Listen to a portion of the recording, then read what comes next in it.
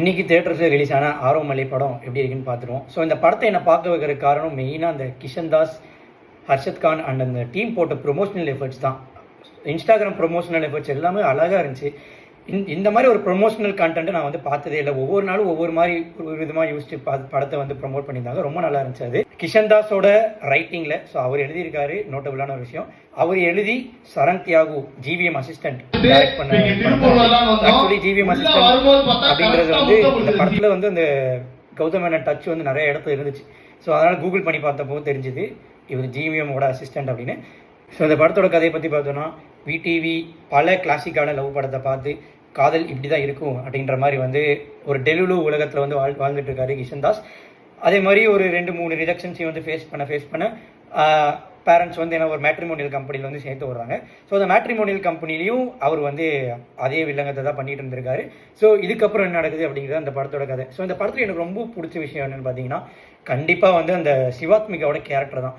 அந்த சிவாத்மிகா அது ஒரு பாஸோட ஈகோ போர்ட்ரே பண்ணியிருப்பாங்க. அது ரொம்ப ரியலிஸ்டிக்காக ரொம்ப நோட்வர்த்தியான பெர்ஃபார்மன்ஸாக இருந்துச்சு. அதே மாதிரி கிஷன் தாஸோட பெர்ஃபார்மன்ஸ் எமோஷனல் சீக்வன்ஸும் ரொம்ப நல்லா இருந்துச்சு. ஹர்ஷத் கானோட ஒன்லைனர்ஸ் செமையாக இருந்துச்சு. குறிப்பாக அந்த செகண்ட் ஹாஃபில் பர்த்டே சீன்ஸில் 2 புரோக்கரையும் ஏதோ பேசிகிட்டு இருப்பாங்க அப்படின்னு ஒரு சீன் சொல்லியிருப்பாரு. அது அந்த சீனுக்கு ரொம்ப அழகாக ஒட்டிடுச்சு. அதே மாதிரி பல ஒன்லைனர்ஸ் செமையாக இருந்துச்சு படத்தில்.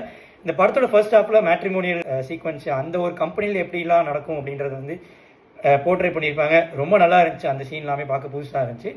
அப்புறம் செகண்ட் ஹாஃபில் ஒரு சில லவ் போர்ஷன்ஸ் எல்லாமே நல்லா இருந்துச்சு. மெயினாக அந்த அம்மா கேரக்டர் போர்ட்ரே பண்ணவங்க ரொம்ப ப்ரில்லியண்ட்டாக போர்ட்ரே பண்ணியிருந்தாங்க. அந்த ஒரு சீக்வன்ஸ் ரொம்ப நல்லாவே இருந்துச்சு. பர்த்டே சீக்வன்ஸ் ரொம்ப நல்லாவே இருந்துச்சு நான் சொன்ன மாதிரி.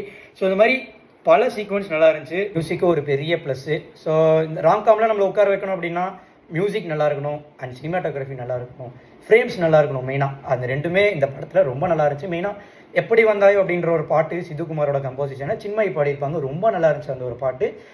ஸோ மியூசிக்குமே ஒரு நோட்டபுளான ஒரு பெரிய பாசிட்டிவ். ஆனால் movie completely worked in parts rather then in full. ஏன்னா அந்த கிளைமேக்ஸில் கதாநாயகி எதுக்கு திரும்பி வராங்க, எதுக்கு கிஷன் தாஸியை சூஸ் பண்ணுறாங்க அப்படிங்கிற ஒரு ஸ்ட்ராங்கான ரீசன் இந்த படத்தில் எங்கேயுமே போர்ட்ரே பண்ணவே இல்லை. அப்புறம் அந்த படத்தில் டக்குன்னு முடிச்சிட்டாங்க. கண்டிப்பாக ஒரு 2-3 சோல்ஃபுல் சீன்ஸ் ஆட் பண்ணியிருந்துருக்கலாம். அந்த ரன் டைமுக்காக குவிக்காக முடிச்சிட்டாங்க. அந்த 2-3 ஃபுல் சீன்ஸ் மனசில் நிற்கிற மாதிரி வச்சுருந்தாங்க. இது ஒரு செம்ம ராம்காம் அப்படின்னு சொல்லியிருந்துருக்கலாம்.